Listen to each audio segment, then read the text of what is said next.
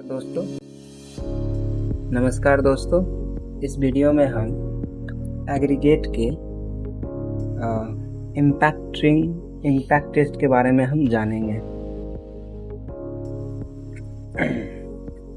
Toughness test of aggregate. तो ये जो है हमारा IS कोड में जो है 2386 में जो है बताया गया है बहुत अच्छे से। इसमें हम देख लेते हैं, फिर उसको जो है हम शॉर्टकट में जो समरी में लिखे हुए हैं, फिर उसको हम आपको समझा देंगे। अगर आप IS कोड में देखना चाहते हैं, देखिए ये सारे टेस्ट के जो बारे में जो है आपको मिलेगा। अगर आप इस टेस्ट के बारे में जानना चाहेंगे तो आप यहाँ पे जो है देख सकते हैं, determination of aggregate impact value. ठीक है, तो इस टेस्ट में हम एग्रीगेट इम्पैक्ट वैल्यू निकालते हैं, फिर उसके हम पता करते हैं उसके सहायता से कि ये किसके लिए सूटेबल है या नहीं है। पेवमेंट के लिए है सूटेबल, सरफेस के लिए, बेस कोर्स के लिए है या नहीं। ठीक है, तो ये देखिए एग्रीगेट इम्पैक्ट टेस्टिंग मशीन है, इसके बारे में हम जानेंगे। तो देखिए सबसे पहले इसको हम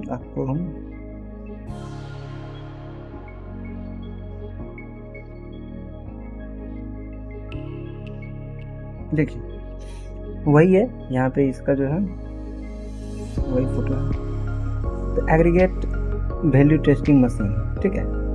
तो इसमें जो है इस टेस्ट को परफॉर्म करने के लिए सबसे पहले हम 3 सीव लेते हैं, ठीक है।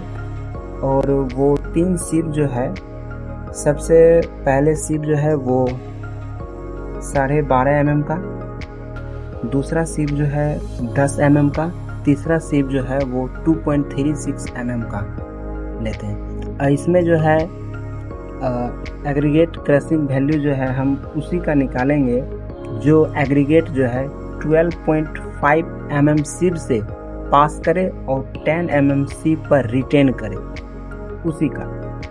तो जैसे हम मान लीजिए कि 12.5 mm सीव से पास किया और 10 mm से रिटेन किया, वो 500 ग्राम है, ठीक है।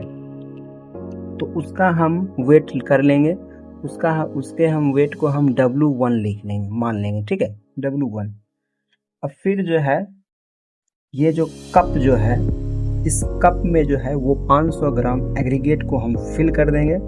और ये जो हैमर जो है, इस हैमर को हम लिफ्ट करेंगे यहाँ तक, फिर यहाँ से जो हम फॉल कराएंगे। तो यहाँ ये जो हैमर का जो इंड पॉइंट है और यहाँ कप का जो है बीच का डिस्टेंस जो है वो 38 सेंटीमीटर होता है। 38 सेंटीमीटर से हम हैमर को हम फॉल कराते हैं, और ये फॉल जो है वो हम 15 बार कराते हैं। और इसमें ये कप में जो है वो 500 ग्राम एग्रीगेट जो था उसको हम फिल करते हैं, वो हम 3 लेयर में फिल करते हैं।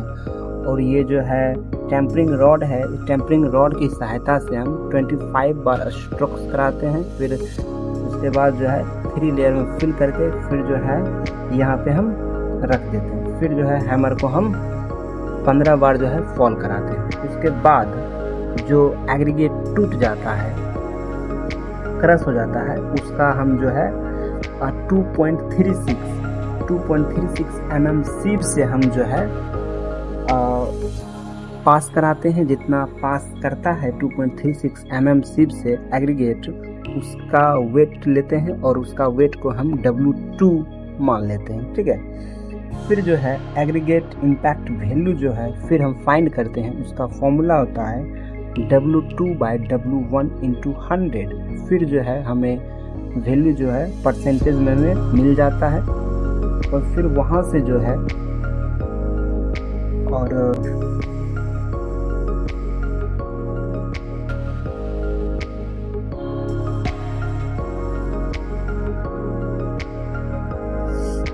जैसे वैल्यू अगर हमारा वैल्यू अप टू 10% तक है तो एक्सेप्शनली टफ होगा, यानी कि बहुत ज़्यादा ही स्ट्रॉन्ग होगा एग्रीगेट, ठीक है। अगर 10 से 20% मिल रहा है तो हमारा बहुत टफ होगा, वेरी टफ होगा, जो कि स्ट्रॉन्ग है। अगर 20 से 30% के बीच है तो गुड फॉर पेवमेंट सरफेस है।